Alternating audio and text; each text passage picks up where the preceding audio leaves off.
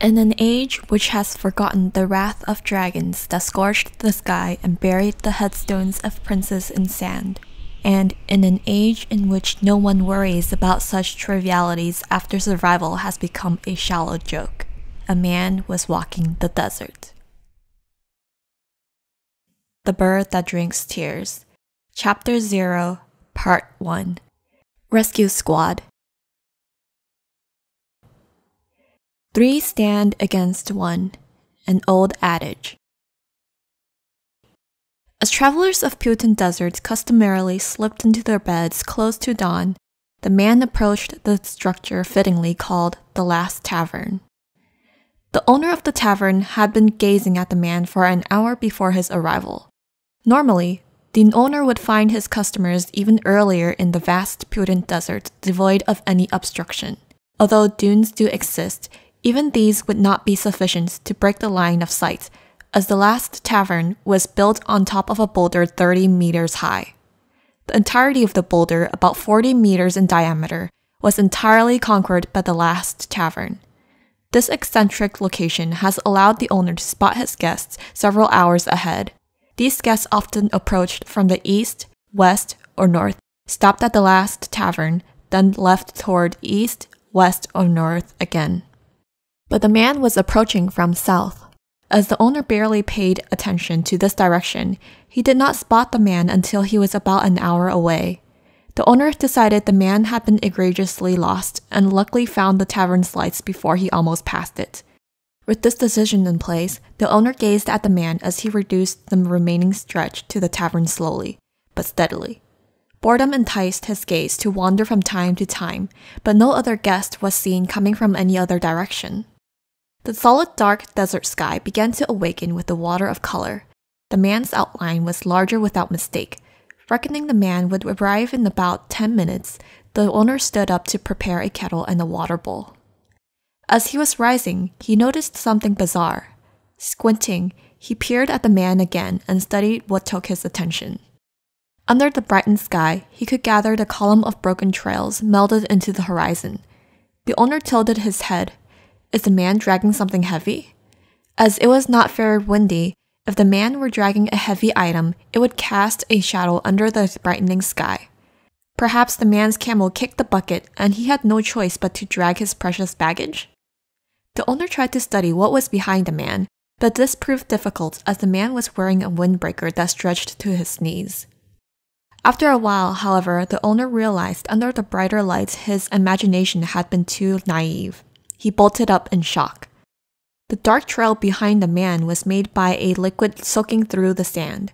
Of course, no traveler would intentionally spill water. The substance which not even the arid desert's sand could suck dry, staining it dark red. It was blood. "Hello, are you okay?" The man who was approaching with his head and mouth wrapped in a large piece of cloth looked up at the sudden call. As he spotted the tavern's owner standing on top of a small dune, he started reaching towards his shoulder. "Who's there?" "I'm from the tavern over there. Weren't you coming to the tavern?"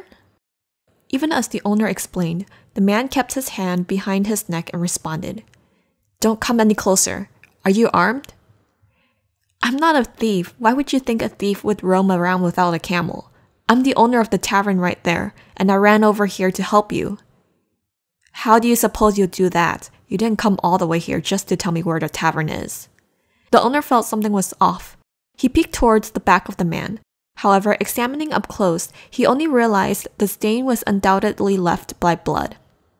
Following the owner's gaze, the man glanced toward his back and shook his head. "You mean that? You don't need to worry." "You're telling me not to worry when you're bleeding this much?" "It's not my blood." Confused, the owner walked around the man to the trail behind him. The man let him examine it. The man was dragging a large sack behind him. The sack was stained dark red, and this was the source of the blood trail. Startled, the owner spied the man's neck and shuddered as he caught a large sword grip protruding out of the man's windbreaker. A man carrying an enormous sword while dragging a blood-soaked sack.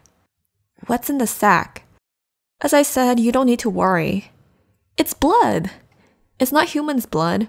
The man responded bluntly and started walking again, leaving the owner in place. As the man started moving again, the owner could see how heavy the sack was. Large enough to fit 2 people, the sack was dragged across the sand, leaving a large stain. The owner glared at the man's back for a while, then hurried past him. "I'll go ahead and set up." The man kept silent. The owner sprinted to the tavern. Of course, it was not to accomplish what he told him. While running, he furiously contemplated where he had left his sword. However, he could not bring himself to remember where the large long sword was. After all, he did not even remember when was the last time he had wielded it. Since his plan did not seriously involve going against the man with just only one sword, he shouted to wake his family as soon as he dashed up the stairs. His confused wife ran out and panicked when the owner asked whereabouts of the sword. Thankfully, his young son, who shortly followed, knew where it was, and darted away excitedly as it occurred to him that he might finally be able to use it. The owner shoved the wife, demanding an explanation, into the kitchen, and placed a water bowl and a kettle on the table. Right then, the man entered the tavern. The man looked around briefly, then walked toward the table with the kettle. The hideous sack was still following the man from behind, leaving bloodstains on the floor. The owner frowned at the sight. As the man reached the table, he removed his windbreaker to hang on the back of the chair and took off his backpack. He then reached toward his neck. Briefly, the owner forgot about the blood-soaked sack. The owner had never seen such sword before. The grip, about 30 centimeters long, was attached to a guard also about 30 centimeters. It was obvious why the guard was so long. 2 large blades, each appearing to measure about 120 centimeters, were attached to it in parallel. The sword looked as if a pair of twins were joined together at the legs. This outlandish dual sword blade was carried in an equally peculiar way. The man was wearing on top of his chest a complicated accessory constructed with leather straps and connecting metal rings. It attached to a round protective gear for the left shoulder, and attached to a metal hook on the man's back, a little below his neck. The man had hung the sword on the hook in between the blades. There was no sheath. The man placed the dual-blade sword on the table as he sat. He started removing the cloth wrapping his head and mouth. At this moment, the owner's son returned with the sword. Thankfully, the quick-witted son approached, hiding the sword behind him. The owner gestured at him with his eyes to move back and approached the man. "Care to explain what's in the sack?" The man finished unwrapping the cloth and placed it on the table. His dark hair, caked with sweat and sand, fell on his shoulders, and his jaw, which had not been shaven for several days, was covered with a messy stubble. Turning to the owner with the unkempt face, the man asked an unexpected question. "Is this the last tavern?" "That's what they say. There are no more taverns south of here." "So it seems." The owner did not understand what it meant at first, but his eyes widened at the realization. "Stop pulling my leg. You mean to say you came from the south?" "That's where I came from." It would have been easier to believe if he said he came from the sky. "That can't be. There is nothing in the south." "There's Kiboran." "Ha, Kiboran? Of course it's there. There's endless trees and a shit ton of animals. There's also nagas. So it's the same as nothing."